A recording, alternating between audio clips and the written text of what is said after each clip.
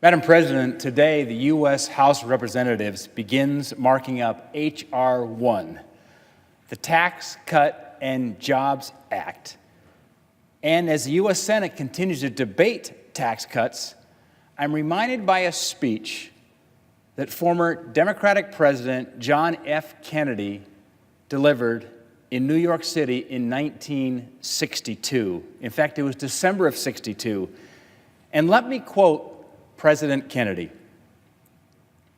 "In short, it is a paradoxical truth that tax rates are too high today and tax revenues are too low, and the soundest way to raise the revenues in the long run is to cut the rates now." The experience of a number of European countries and Japan have borne this out. This country's own experience with tax reduction in 1954 has borne this out.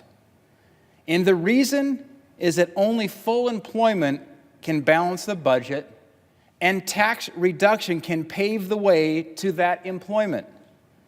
The purpose of cutting taxes now is not to incur a budget deficit, but to achieve the more prosperous, expanding economy which can bring a budget surplus.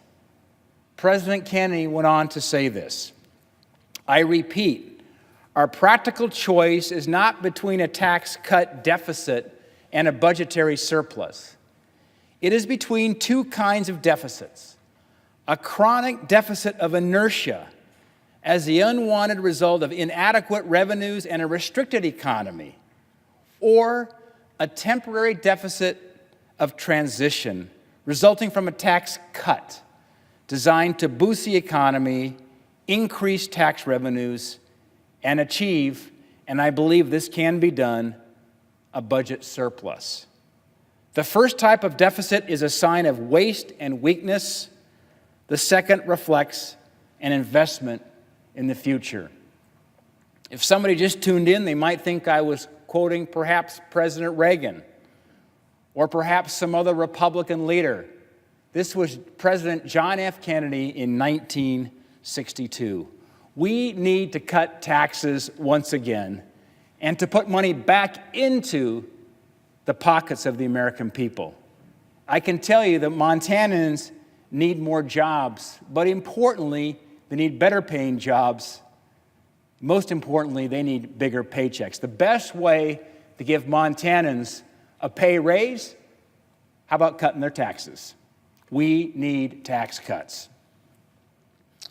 And Madam President, separately, I just wanted to express my sincerest and heartfelt sympathies to the people of Sutherland Springs, Texas. What a devastating turn of events there. Men and women and children showing up to worship on a Sunday in a church. This was an act of pure evil. My wife Cindy and I are praying for the victims, their families, and a community that has been changed forever.